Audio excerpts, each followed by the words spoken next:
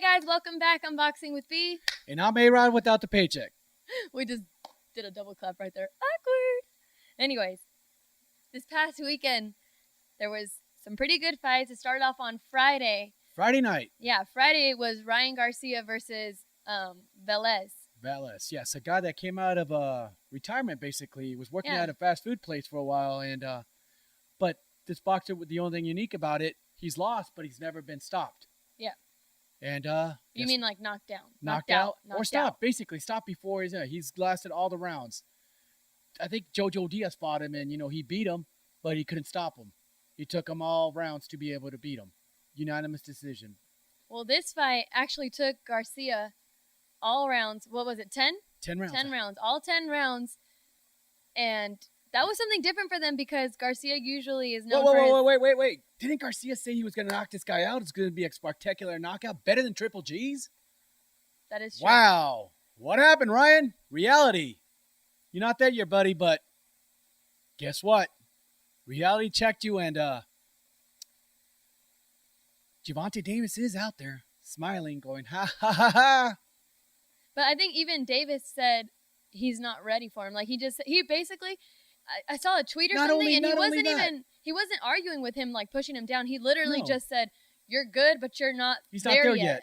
Even his promoter, Oscar De La Hoya, quoted, I saw a tweet that says, hey, is Ryan ready for Gervonta? He goes, no, he's not ready for him either. That came from his promoter.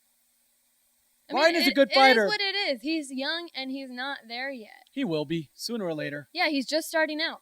Yeah, but that was the first time that he went to decision. It wasn't a knockout win or something, crazy where you're like, oh, shoot. It's another knockout. It's another first-round KO. Yeah, it took him good. And that's that's the experience that comes with that. What's going to happen with the top 20? This guy wasn't a top 20. He was just a guy that didn't lose. I'm sorry, he did lose, but he didn't ever get stopped. Yeah. What happens when this Ryan Garcia kid that's really talented meets another talented kid? Another Ryan that doesn't have the exposure. Then it'll be a fight. It'll be a fight to remember. Yeah. Anyways, at the end, too, when they interviewed him, he got booed. And usually it's the opposite. This is why I'm mentioning it, is because usually when you see Ryan Garcia go up, it's screaming, it's cheering, it's, King Ride, the Flash. But this time he went up to talk and he's like, I got the experience, this and that. And you just hear everyone booing him. Correct. Why do you think that is? Is it because he pretty much said the knockout and he's been giving knockouts before, but this is the first time that it wasn't, and disappointed people? Yeah, I guess people thought he could do all this because supposedly he had power behind his punches. He has speed, I know that, but that speed was supposed to be tremendous power because he's been stopping everybody. Yeah. Well, guess what? When he landed it showed. Velez backed up a little bit. Buckled, but never fell. That's true, yeah. Okay. But Velez was pretty good at moving because he started timing Ryan. And when Ryan started throwing his combinations, he would move out of the way. So it was like Ryan's fast, but he was throwing at air at times. Not that you're gonna land every one because it's not guaranteed. But Velez would move versus other opponents that he's had would stand still and try to take his hits. The speed was there, but not the accuracy of a fast boxer like Mayweather. Yeah. Here's a good one. Forget Mayweather. That's before his generation. A fast boxer with accurate punches, Lomachenko style. Yeah. That's a big difference there. And, before we get on the topic of Lomachenko, though, let's close that one out. Yes, so Garcia versus Velez. It was a good fight to watch just because it went all the rounds. Something different. Good setup. Good Friday. Yeah. Good Friday fights. Yeah. Then you go to Saturday, and it was Triple G. Triple G. Right before that, it was Reese versus Cecilia. Oh, yeah, the girl fight. That was a pretty good fight. That was really good. The champion that's never hit the ground. She hit the ground. Yeah. And that was impressive just because of the fact that it's like, it's a she's a champion for a reason. She has the belts. She has all the belts, I think, right? Yeah. And to go out there and get dropped, but then get back up, and you didn't see her like, oh snap, I'm gonna back up and be scared the whole time and play a defensive fight. Adapted. Yes. Adapted. And that's what makes a champion, when you adapt and you can change it up. Yep. You know, that's if you can get the belt and then go in against a different fighter, and all of a sudden you're, you know, you don't have the same game plan anymore, then, you know, you met someone better. Yeah. And this time, but that Reese girl was no chump. She did well. She would have been a little bit more better prepared. She might have shocked the world. Yeah. You know, she might have shocked the world. She did really good because at times, I mean, I'd be like, okay, you know, Cecilia, her form is really good. She got it. And then all of a sudden it was like, wow, you know, this girl came to fight. She's not here. She's not even intimidated by the fact that that Cecilia has the belts, that Cecilia is a champion. She came out there thinking, I'm just out here to fight. She's out here to fight, and that's it. Okay, so after Reese versus Cecilia, that was leading up to the Triple G versus Velez. Yeah, guy from Glendale, local guy. Yeah. You know, I seen it before. He was a good fighter. You know, defensive, everything good. And I think he gave us a good fight because in that first round, I mean, we were even saying, like, what's going on right now? He surprised us. Because Triple G goes into his first round, you know, getting used to him, getting a feel for his fighter, reaching, you know. And guess what? This guy tagged him. I was just like, when he tagged him, I was like, are we watching a setup or something? Like, what's going on? Is Triple G, like, not himself? Not prepared?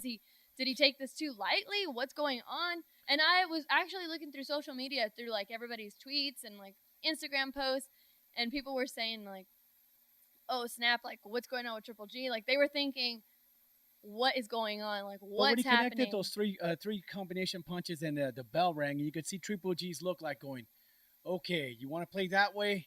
Yeah. Start. Velez, and if I'm saying the name wrong, you know, Sorry. my bad. Sorry. But what is it? What would you say? Like, not his ego, but like his demeanor was good. Yeah, he thought he had something. Confidence. That's what I was looking for. His confidence literally shot up. It was like, I'm going into this fight and I'm going to, you know, fight strong. I'm but going then after him. After he landed a few, he looked like, I got this, you know. This is my fight. Triple G who. And then the second round comes and you're like, it's still, you know, 50-50. But this time Triple G comes to attack. He lands a good one on Triple G, and Triple G's like, he has that look of like, you know, when Kovalev used to give that look like against Hopkins, when Hopkins landed that good shot on him, and he's like, all right, let's go. And then he just comes at you all hard, and you're like, whoa, I would not want to be in the mix of that. Yep.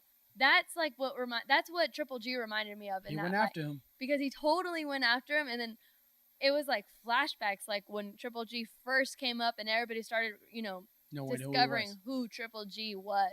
Well, the other guy from Glendale got surprised. He got hit, and lo and behold. It's kind of funny, though, because if you see it, like I said, his confidence was up here.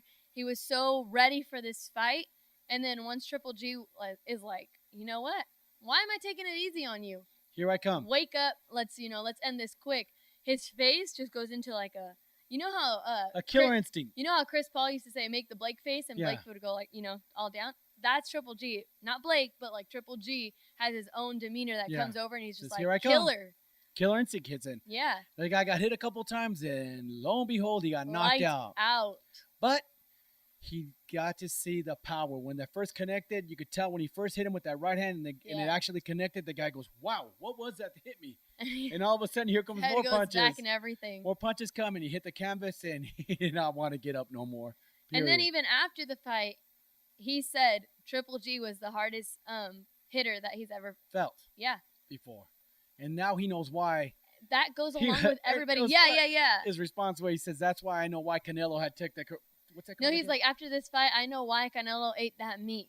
Yep, because. And then everybody just starts laughing about it. But that's like, it's a funny comment, but it's just like. It's true. It just points out the power that Triple G has. Back to me for a second. Going to number one fight. I called it. I didn't say I called it because I didn't find nothing. But I knew, to me, he looked bigger. He reminded me of Fernando Vargas versus De La Hoya. A guy that looked bigger and more powerful. You're talking about Canelo. Canelo. And so I even remember that one time we bumped into those people that were going for Canelo. I said, don't mark it if, you know, after this fight, when they do some testing, it turns out that he did the old Fernando Vargas thing, that he was on something. So he got away with it. Guess what? Fight number 2. Oh, it was the meat. Okay. Like I always say to this point, and I'll bring it back. His trainer is a butcher, you know, from a family that knows how to butcher, you know, meat, basically. Yeah. And he knows where to get the meat. But yet, he ate tainted meat. He ate tainted meat. A kilo a day? Wow. What a coincidence. Well, back to that. That's long and behold, it's over. That's why he got the suspension, and he's done with. But see if that fight even happens, that rematch. Aside from that, though, Triple G, this last fight, great. Showed great his fight. power. Got the knockout. Like you and said. like you had said before, that Ryan Garcia said his knockout was going to be more spectacular. It was flipped.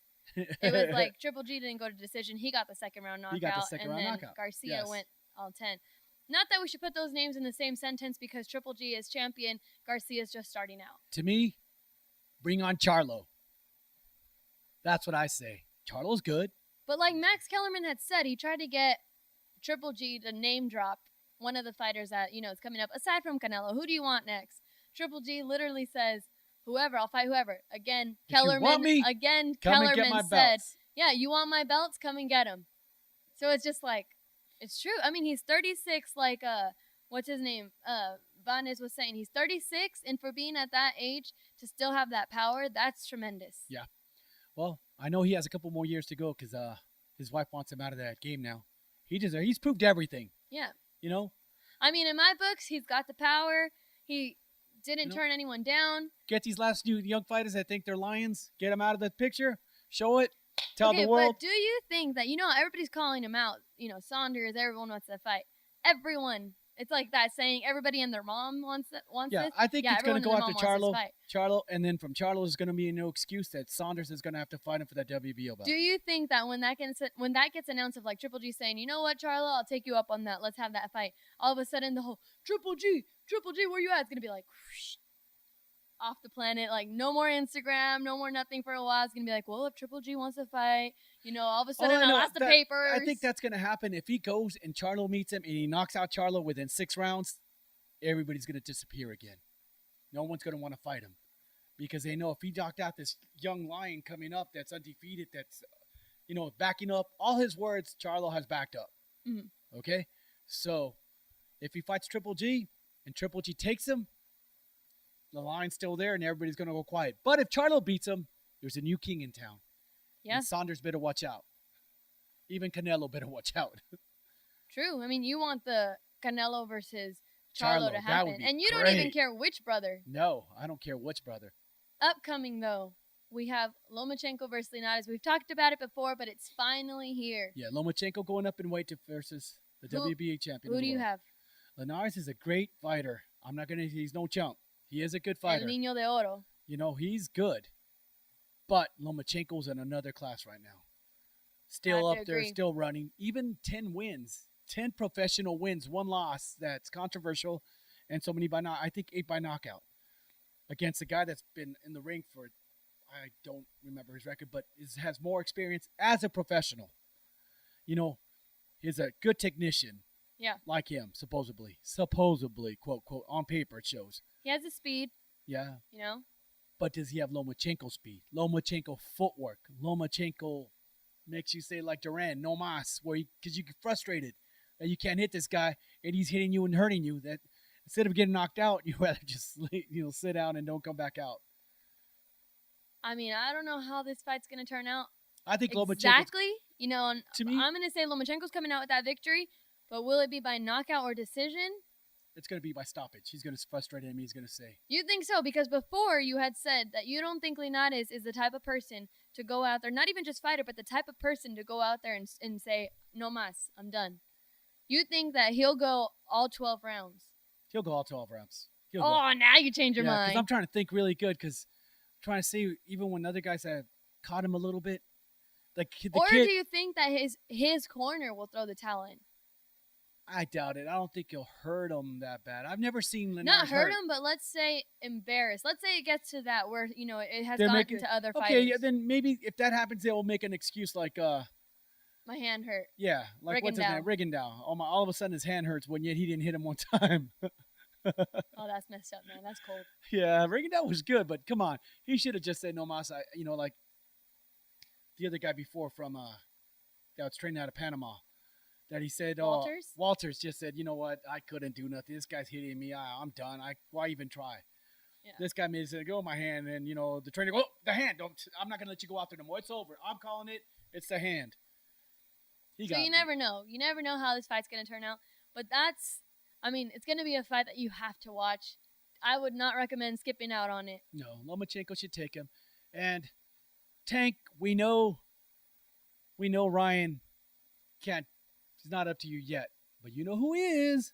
Lomachenko. Lomachenko's out there knocking on your door. Open up, baby. Open up. We'll find out. This Saturday is going to determine who's, one of the kings here. I think it's Lomachenko that's going to dominate this thing and come after them. Don't let that one loss fool you. Yeah, no. Good, but Lomachenko better watch out because he's great and all that. But what would happen if Crawford knocks on that door? Dum, dum, dum, dum. But that's another story. I think if that fight happens, I'm going to still take Lomachenko. We'll As of right now, that's what I'm thinking. That's what we'll see. We'll find out what happens. Lights out.